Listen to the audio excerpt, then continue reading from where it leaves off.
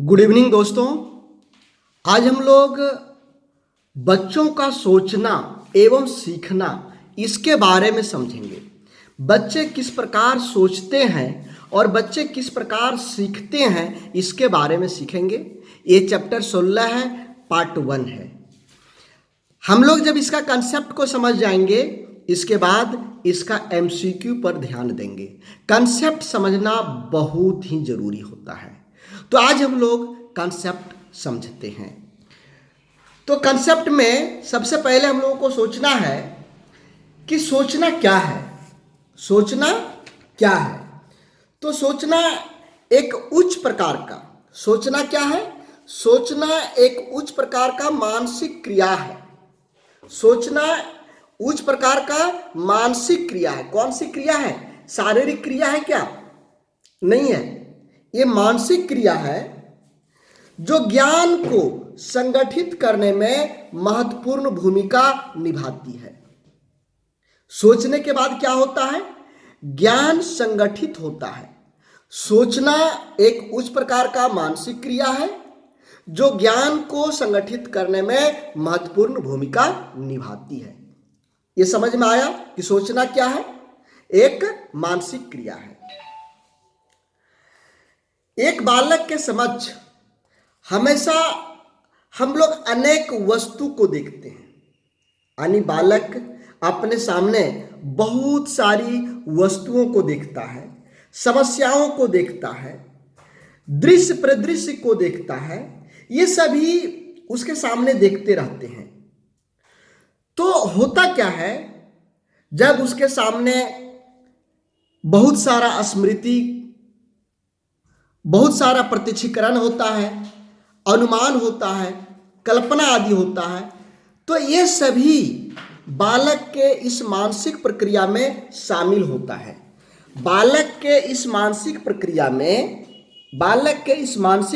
में क्या क्या शामिल होता है? प्रत्यक्षीकरण, अनुमान, कल्पना, ये सभी क्या है?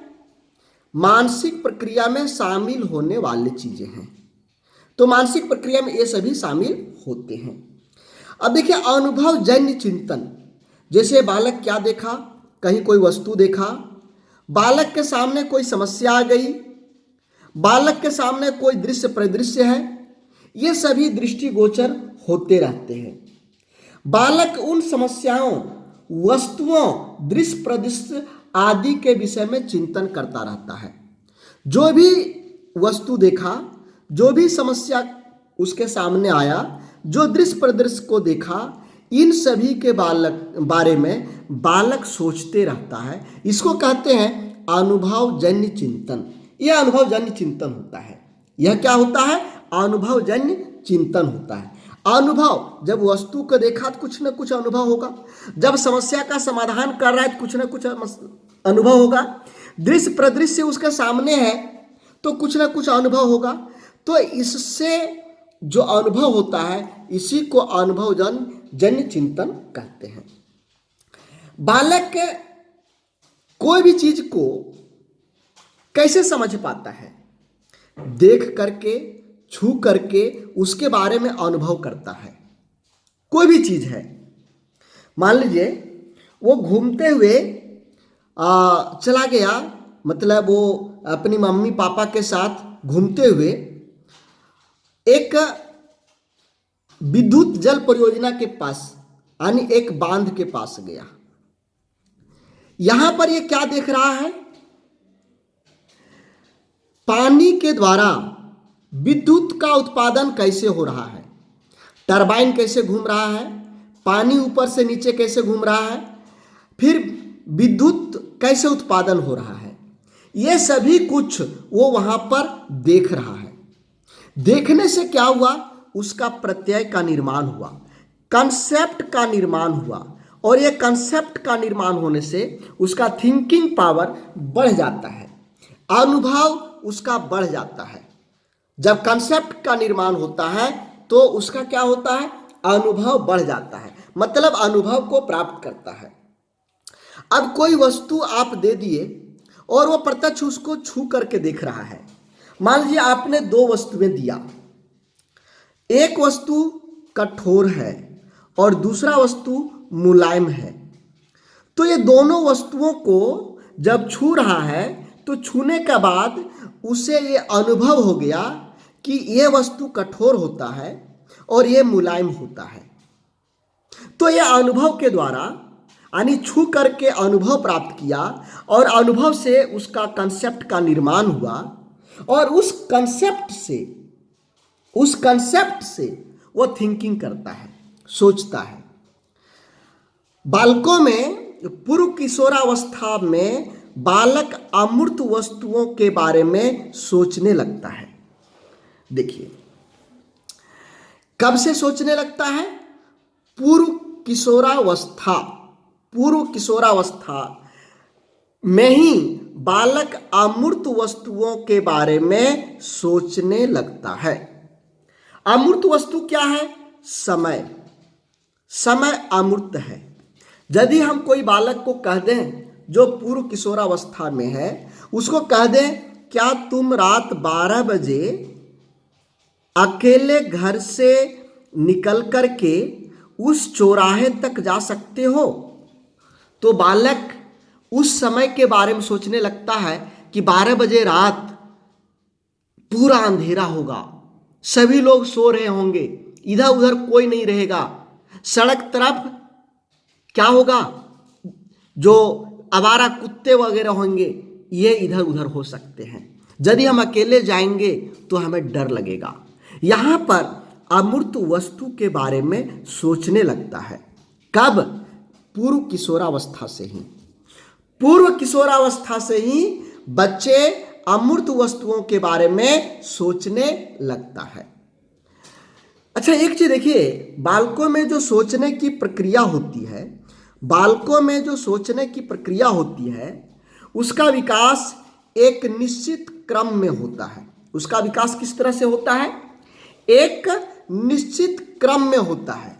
बालकों में सोचने की प्रक्रिया का विकास एक निश्चित क्रम, सभी का एक निश्चित क्रम होता है। जैसे देखिए, 2 के बाद 4, 4 के बाद 6, 6 के बाद 8, ये सम संख्या का अगला क्रम 10 होगा, इससे अगला क्रम 12 होगा। यह एक निश्चित क्रम में बढ़ रहा है।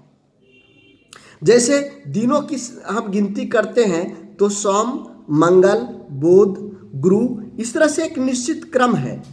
तो इसी तरह से जो बालकों की सोचने की प्रक्रिया का विकास होता है वह भी एक निश्चित क्रम में ही होता है।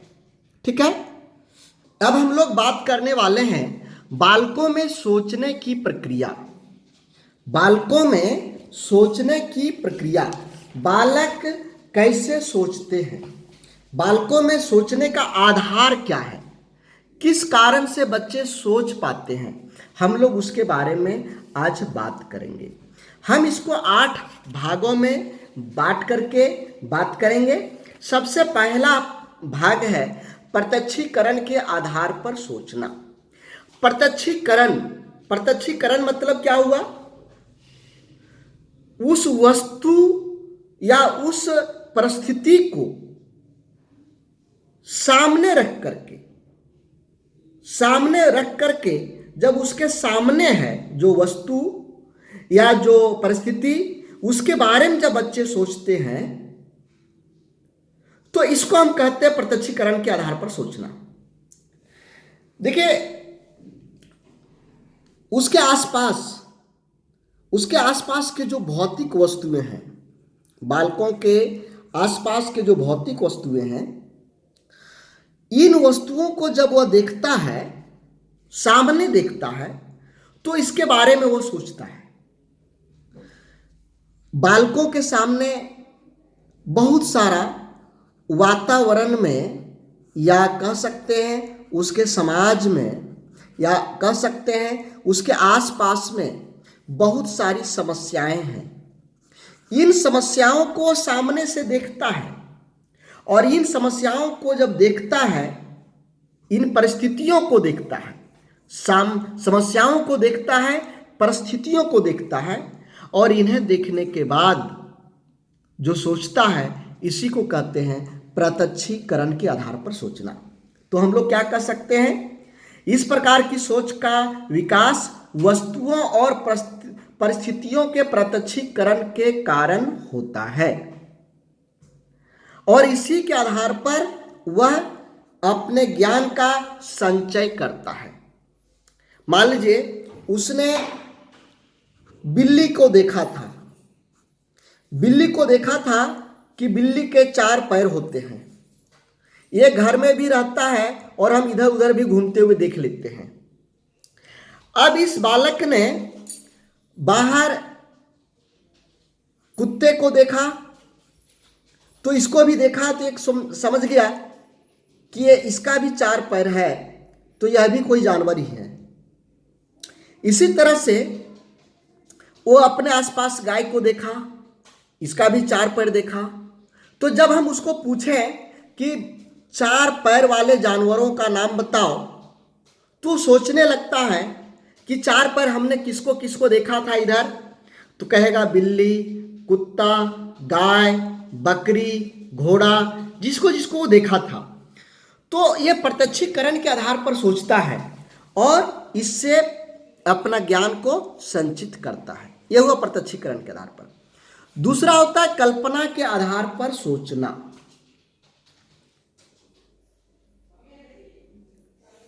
देखिए ये क्या है कल्पना।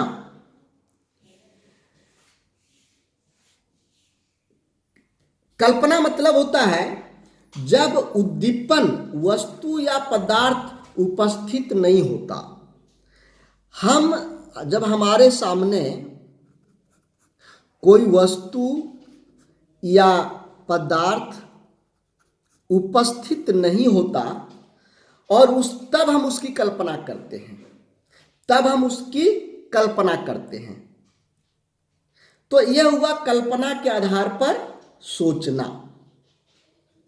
उसके बाद आता है तीसरा प्रत्ययों के आधार पर सोचना। प्रत्ययों मतलब कॉन्सेप्ट। कॉन्सेप्ट के आधार पर सोचना। इसके बाद आता है प्रत्ययों के आधार पर सोचना, मतलब कॉन्सेप्ट के आधार पर सोचना। ये क्या चीज होता है? सबसे पहले इसको समझिए कि यह एक उच्च प्रकार का सोच है, यानी यह हाई लेवल का थिंकिंग है। ये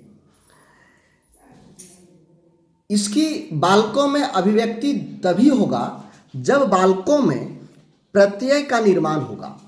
प्रत्ययों यानी कॉन्सेप्ट का निर्माण होने के बाद ही बच्चे अभिव्यक्ति कर सकते हैं। इसको आप कह सकते हैं स्थान, आकार, भार, समय, दूरी, ये सब चीजें जो है ये प्रारंभिक आयु स्तर पर ही बच्चे समझ जाते हैं, इसका कंसेप्ट उन्हें समझ में आ जाता है। ये प्रत्यय प्रारंभिक आयु स्तर पर ही, जैसे यदि हम कह दें बालक को जो प्रारंभिक आयु स्तर में है नदी, वो तुरंत समझ जाता है कि नदी में पानी होता है, मछली यहां से मिल सकता है, ऐसे ये तुरंत समझ सकता है। यदि हम कह दें आकार के बारे में, हम बोल दें चूहा और हाथी, इसमें किसका आकार बड़ा होगा, वो तुरंत कहेगा हाथी। इसी तरह से समय की बात हम यदि ले लें या दूरी की बात ले लें तो वो तुरंत इस कंसेप्ट को समझ जाता है। तो यह हुआ प्रत्ययों के आधार पर सोचना। इसके बाद चौथा आता है तर्क के आधार पर सोचना। तर्क के आधार पर सोचना, इस प्रकार की सोच का विकास किसी बालक में भाषा संप्रेषण के आधार पर, भाषा संप्रेषण के आधार पर होता है। इस तरह के सोच का विकास बालकों में कैसे होता है? भाषा संप्रेषण के आधार पर। यह सबसे उच्च प्रकार की सोच है, सबसे हाई लेवल का सोच, सबसे हाई लेवल का है।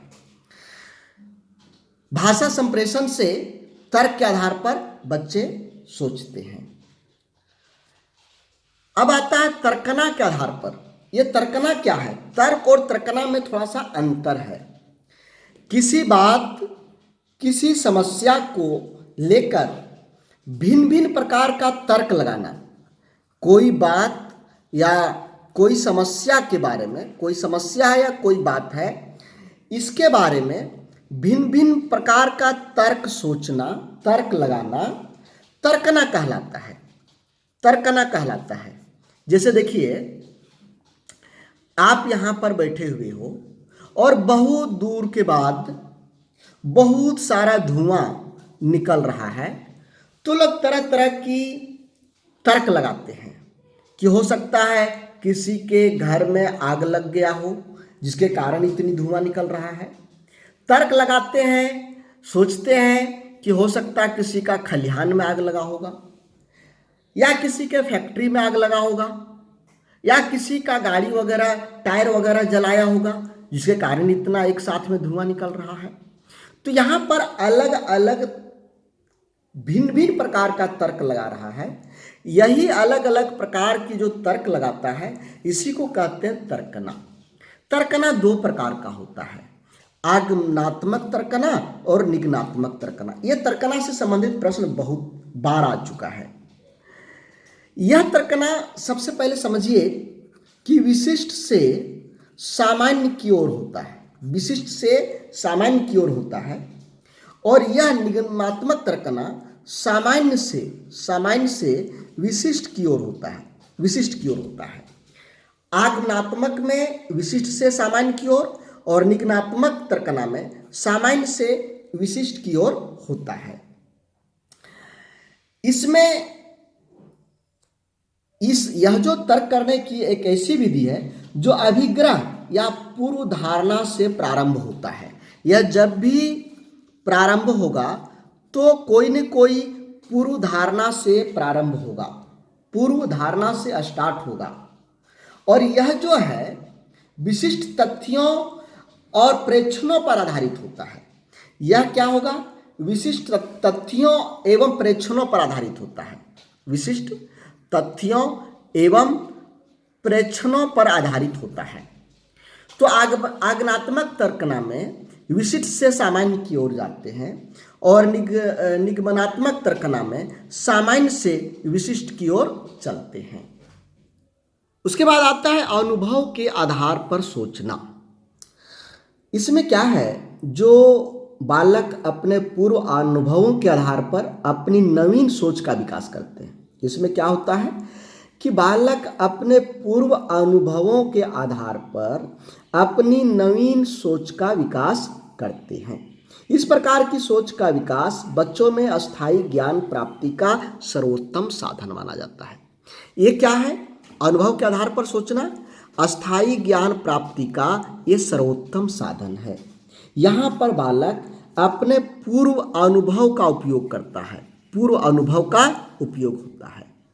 उसके बाद आता है रुचि और जिज्ञासा के आधार पर सोचना। रुचि और जिज्ञासा के आधार पर सोचना, इसमें क्या होगा कि कुछ बालक अपनी रुचियों और जिज्ञासाओं के आधार पर अपनी सोच का सृजन करते हैं। शिक्षक तथा अभिभावकों को चाहिए कि बालकों में नई नई रुचियों और जिज्ञासा को पैदा करें, जिससे कि बच्चों में सोचने की प्रक्रिया की गति तीव्र हो सके। देखिए, यहाँ पर बच्चे का जो रुचि होता है, जो बच्चे का जिज्ञासा होता है, उसी के आधार पर बच्चे सोचते हैं। इसलिए हम सभी अभिभावक, हम सभी शिक्षकों को चाहिए कि बालकों में नई नई रुचि, नई नई जिज्ञासा को पैदा करें। अंत में आता है अनुकरण के आधार पर सोचना।